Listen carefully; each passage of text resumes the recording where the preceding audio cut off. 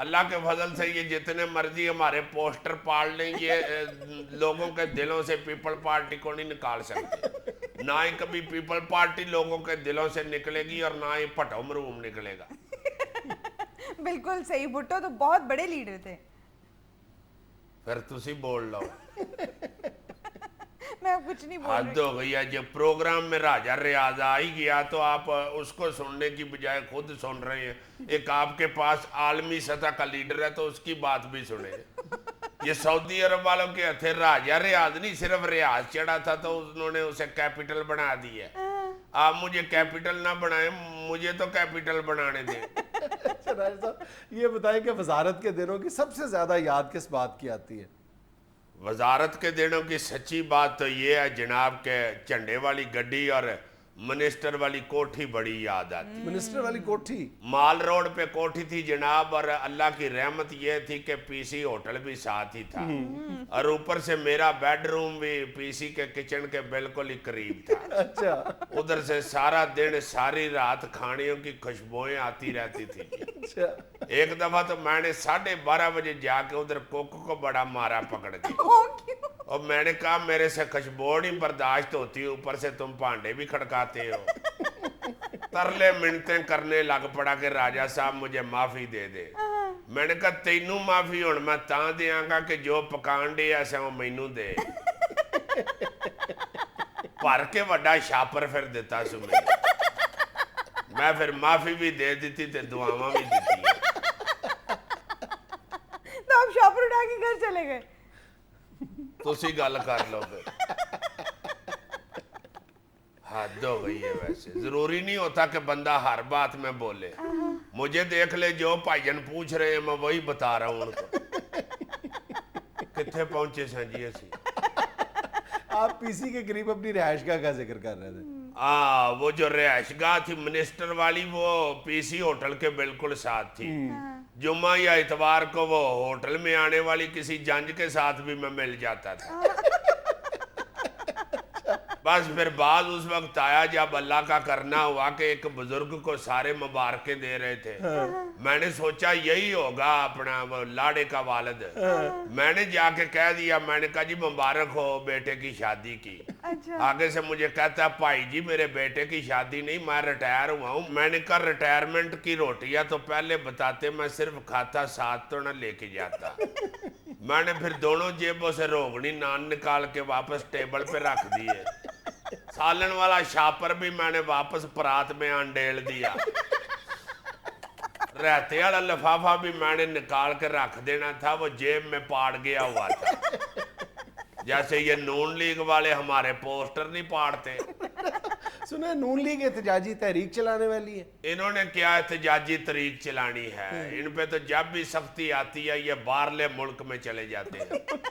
ہم نے اللہ کے فضل سے ادھر ہی رہنا ہے. پیپل پارٹی نے ہمیشہ قربانیاں دی ہیں ملک کے اندر لے کے. ہم باہرلے ملک میں دوڑنے والوں میں سے نہیں ہیں. ان کا مطلب ہے فورن کنٹریز. تسی گل کر لو پھر. ناظرین یہ تھا آپ کا حسب حال. اپنا فیڈ بیک ضرور دیجیے گا. خوش رہیں, خوش رکھیں. آپ سے ملاقات ہوگی انشاءاللہ اگلے ہفتے. اللہ حافظ.